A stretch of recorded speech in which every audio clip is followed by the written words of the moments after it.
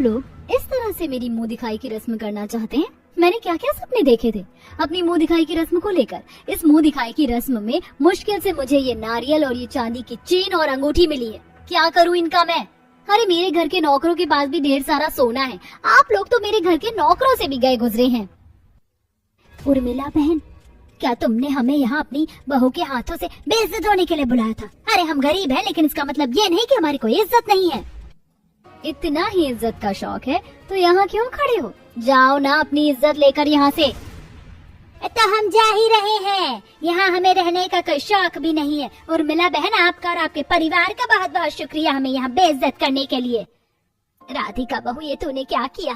क्या मिला तुझे हमारी ऐसे इज्जत उछाल कर? जितना हमारे था उतना तो हमने किया ना।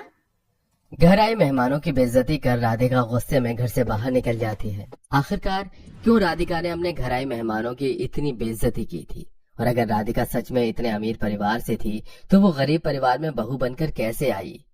आइए इन सभी चीजों को जानने के लिए हम कहानी में थोड़ा पीछे चलते हैं। अरे आप लोग जरा जल्दी जल्दी हाथ चलाइए ना, खाना भी नहीं बना है अभी तक। और प्रीति बेटा, अभी तक झाड़ू भी नहीं लगी। अरे तुम्हारा भाई भाभी को लेकर आता ही होगा। मेरी बहू दुबई से आ रही है, दुबई से। अरे हाँ भाग्यवान, हमें भी पता है कि हमारी बहू दुबई से आ रही है। तभी तो सुबह 5 बजे से तैयारी में लगे हुए हैं और लोगों के आने तक सारी तैयारियां हो जाएंगी। ना जाने मेरी दुबई वाली बहू कैसी होगी। दिखने में तो काफी सुंदर होगी। बस अब जल्द से जल्द भगवान मेरी बहू को घर भेज दे। सभी घर वाले नई बहू के आने की तैयारी में जुट जाते हैं। वहीं कुछ ही देर में इस गरीब घर के बाहर एक बड़ी सी गाड़ी आकर रुकती है, जिसके अंदर से दुबई में रहने वाली राधिका शादी के जोड़े में अपने पति मनोज के साथ उतरती है।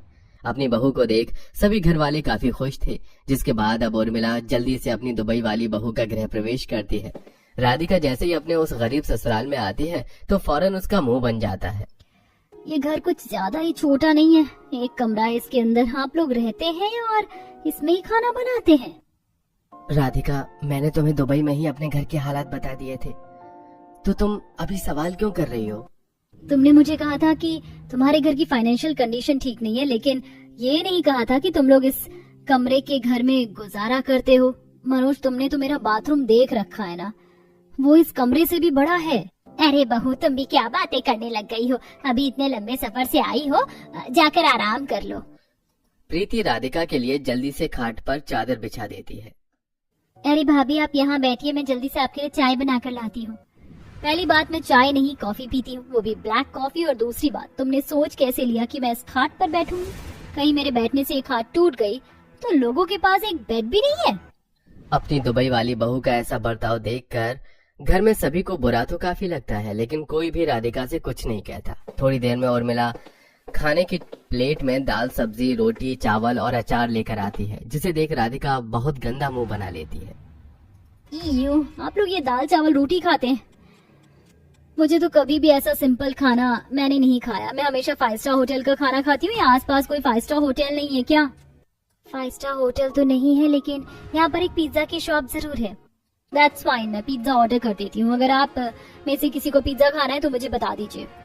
उर्मिला ने बड़े प्यार से राधिका के लिए खाना बनाया था, लेकिन राधिका उस खाने को ठुकरा कर बाहर से पिज्जा ऑर्डर करके खाती है और ऐसे ही शादी का दिन गुजर जाता है। अगले दिन राधिका उठकर नहा धोकर तैयार हो जाती है। राधिका बहू, आज तेरी मुंह दिखाई की रस्म है। हमारे यहाँ जब भी कोई नई बहू आती है तो उसकी मुंह दिखाई की रस्म की जाती है। आस पड़ोस की सभी औरतें आएंगी और तुझे देख कर शगुन देंगी। ओह गॉड, क्या मुसीबत है।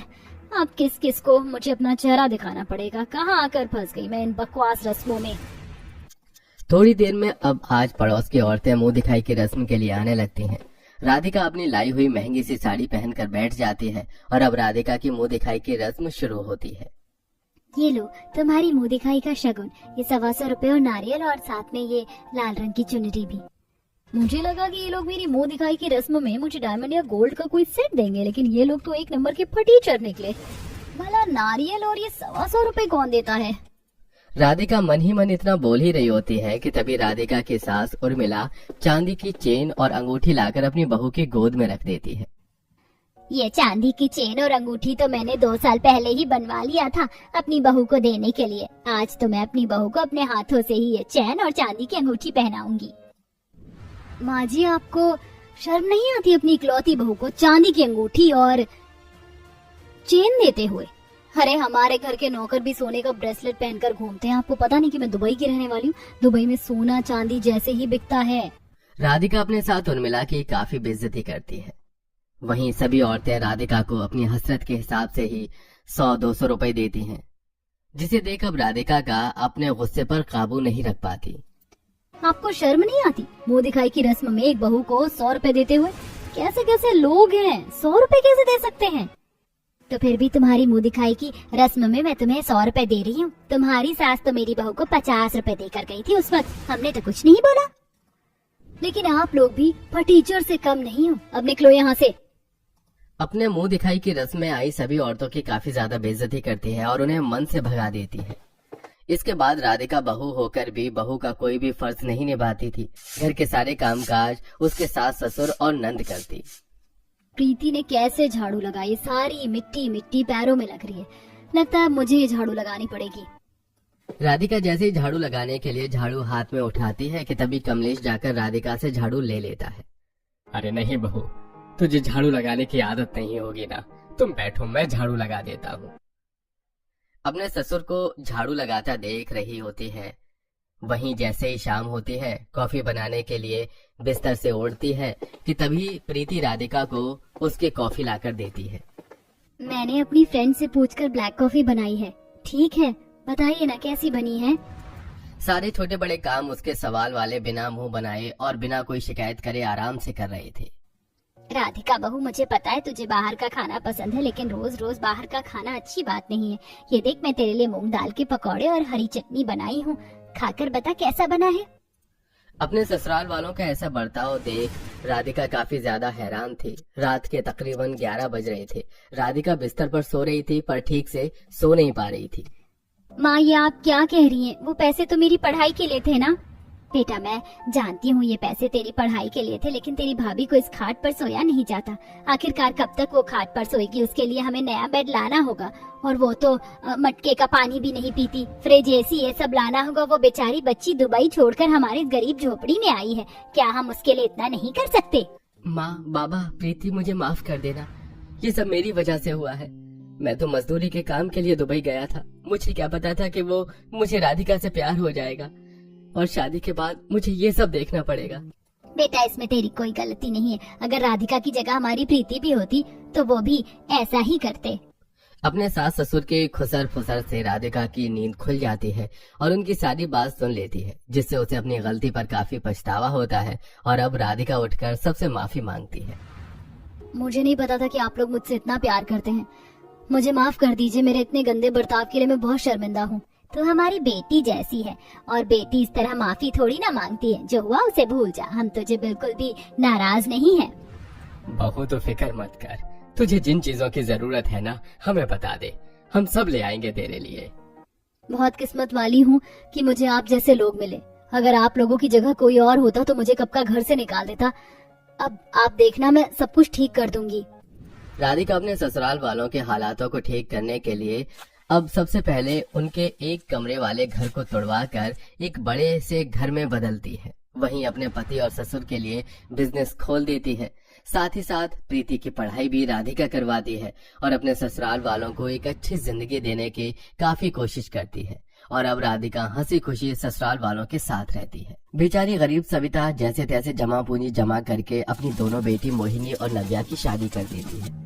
बड़ी बेटी मोहिनी विवेक से शादी करके अमीर ससुराल पहुंच जाती है और नव्या राकेश से शादी करके गरीब ससुराल पहुंच जाती है। दोनों अपने ससुराल में बहुत खुश थीं। होली आने से कुछ दिन पहले सविता कैलेंडर देखकर, हे भगवान, होली आने में सिर्फ 10 दिन है। मेरी दोनों बेटियों की पहली होली आने को है।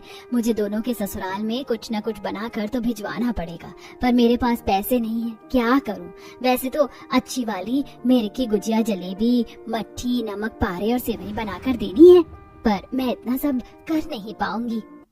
ये कहकर सविता जमा किए हुए पैसे गिनती है। ये तो बस 500 रुपए है। कोई नहीं, दोनों का सामान आ जाएगा, इसमें थोड़ा थोड़ा रख दूंगी। अभी मैदा और रिफाइंड ऑयल थैली में ले आऊंगी और दोनों का होली का सामान तैयार कर दूंगी।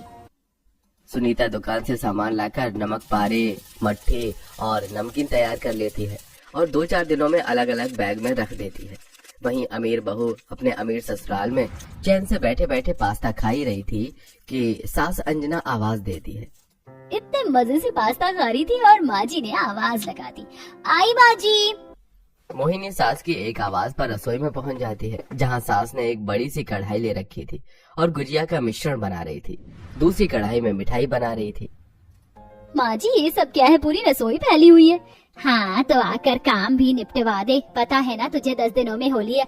आजा गुजिया बनवा दे, बालूशाही काजू कतली ये सब तो बन गया है। नौकर तो मदद करवा ही रहे थे, लेकिन गुजिया का काम तुझे ही करना है, याद रहे गुजिया फूटे नहीं। आजा जल्दी करवा दे, अभी होली आने में बहुत दिन थे। आपने ये काम आज ही क्यों कर लिया? ये हम होली वाले दिन कर लेते। होली वाले दिन बहू और भी काम है, तुझे खाना भी बनाना है ना, इसलिए ये मिठाइयों का काम अभी निपटवा ले, इसमें भी 3-4 दिन लगेंगे। जी माँ जी, लेकिन उस दिन क्या खाना बनाना है वो तो नौकर भी कर सकते हैं ना। हाँ बहू, लेकिन तेरी पहली होली के साथ इन नौकरों की भी तो होली है, तो ये लोग भी अपने टाइम से परिवार के पास जाएंगे। तेरा थोड़ा सा काम में हाथ बटा देंगे, पर छोले भटूरे दही भल्ले टिक्की पकोड़े पापड़ चाय नाश्ता ये सब तुझे ही देखना है। और हाँ उसी दिन तुझे कांजी का पानी भी बनाना है। वाह ये अच्छी जगह फंस गई हूँ। सोचा था अपनी पहली होली बहुत अच्छे से मनाऊंगी, लेकिन मेरे को तो इतना सारा काम दे दिया माँ जी ने, तो 4 दिन तक भी काम करना पड़ेगा। ऊपर से होली वाले दिन भी इतने आइटम बनाने हैं। बहू क्या सोच रही है, बैठ। जी माँ जी। फिर मोहिनी सास के साथ मिठाई और गुजिया बनाने लगती है, जिसे बनाते बनाते 4 से 5 घंटे बीत जाते हैं। हाय राम, हमारी गुजिया सेट कैसे मेरी कमर अकड़ गई। ये काम कब खत्म होगा? अभी तो बहू काम है इन गुजियों को बनाने के बाद एक को चाशनी में डुबोना और एक को चॉकलेट वाली गुजिया बनाना, फिर मट्ठी नमक पारे भी तो हैं। ठीक है माँ जी, पर 2 दिन बाद मैं होली की शॉपिंग करने जाऊंगी। हाँ बहू चले जाना। भाभी मेरे लिए ना होली वाली टी शर्ट ले आना और सनग्लासेस भी, मेरा पहले वाला सनग्लास टूट गया है। ठीक है मैं ले आऊंगी। ये कहकर मोहिनी सास के साथ गुजिया बनाती है। वहीं दूसरी तरफ गरीब नव्या भी अपने ससुराल में होली के व्यंजन बनाने का सोच रही थी। माँ जी घर में 2 वक्त की रोटी तो बड़ी मुश्किल से निकल पाती है। इनके मालिक ने भी होली के टाइम पर पैसे रोककर अच्छा नहीं किया। अब हम होली की तैयारी कैसे करेंगे? होली पर तो गुजिया पापड़ बनाए जाते हैं, पर गुजिया तो बहुत महंगा हो जाएगा हमारे लिए, और ना कलर लाए ना कुछ और। बहुत चिंता तो मुझे भी सता रही है कि सब कुछ कैसे होगा। और ये तो तेरी पहली होली है, तेरी मम्मी भी आएंगी ना? जी माँ जी। अरे भाभी आप चिंता मत कीजिए, वो हमारे राशन के चावल है ना, उससे हम कचरी बना लेते हैं, बस उसको उबालना है और लाल मिर्च डालनी है, होली वाले दिन भून लेंगे। अरे हाँ ये तो मैं भूल ही गई थी। और 2 किलो आलू घर में है, 1 किलो आलू के थोड़े थोड़े से पापड़ बना लेते हैं, सूख भी जाएंगे होली आने तक। अरे हाँ बहू, मैं अभी चावल और आलू उबालने रख देती हूँ और गैस पर नहीं चूल्हे पर बनाएंगे। सास और बहू फटाफट से चूल्हा बना देती हैं और नंद चावल साफ करके आलू चावल को अलग अलग पतीले में उबालने चढ़ा देती हैं और उबलने के बाद उनका पापड़ बनाने की सामग्री तैयार कर धूप में एक पन्नी पर गोल गोल पापड़ कचरी का रूप दे देती हैं। वाह माँ जी, ये तो परफेक्ट हो गया। अब होली पर हम चाय के साथ लोगों को ये परोस देंगे। हाँ बहू। ऐसे ही सास बहू धूप में पापड़ सुखाती रहती हैं। 2 दिन बाद राकेश नव्या के हाथों में 200 रुपए देता है। माफ करना नव्या, मैं ज्यादा पैसे नहीं ला पाया। जाओ इसे तुम अपना मनपसंद गुलाल खरीद कर ले आओ और कोई छोटी मोटी पिचकारी भी खरीद लेना। पिचकारी नहीं जी, मैं पानी वाले गुब्बारे लेकर आऊंगी। ठीक है। ये कहकर नव्या बाजार के लिए चली जाती है। वहीं उसकी अमीर बहन मोहिनी भी बाजार में शॉपिंग करने आई थी, जो कि महंगी महंगी बड़ी बड़ी पिचकारी खरीद रही थी, पसंदीदा 10 तरह के गुलाल खरीद रही थी और होली वाली टी शर्ट ले रही थी।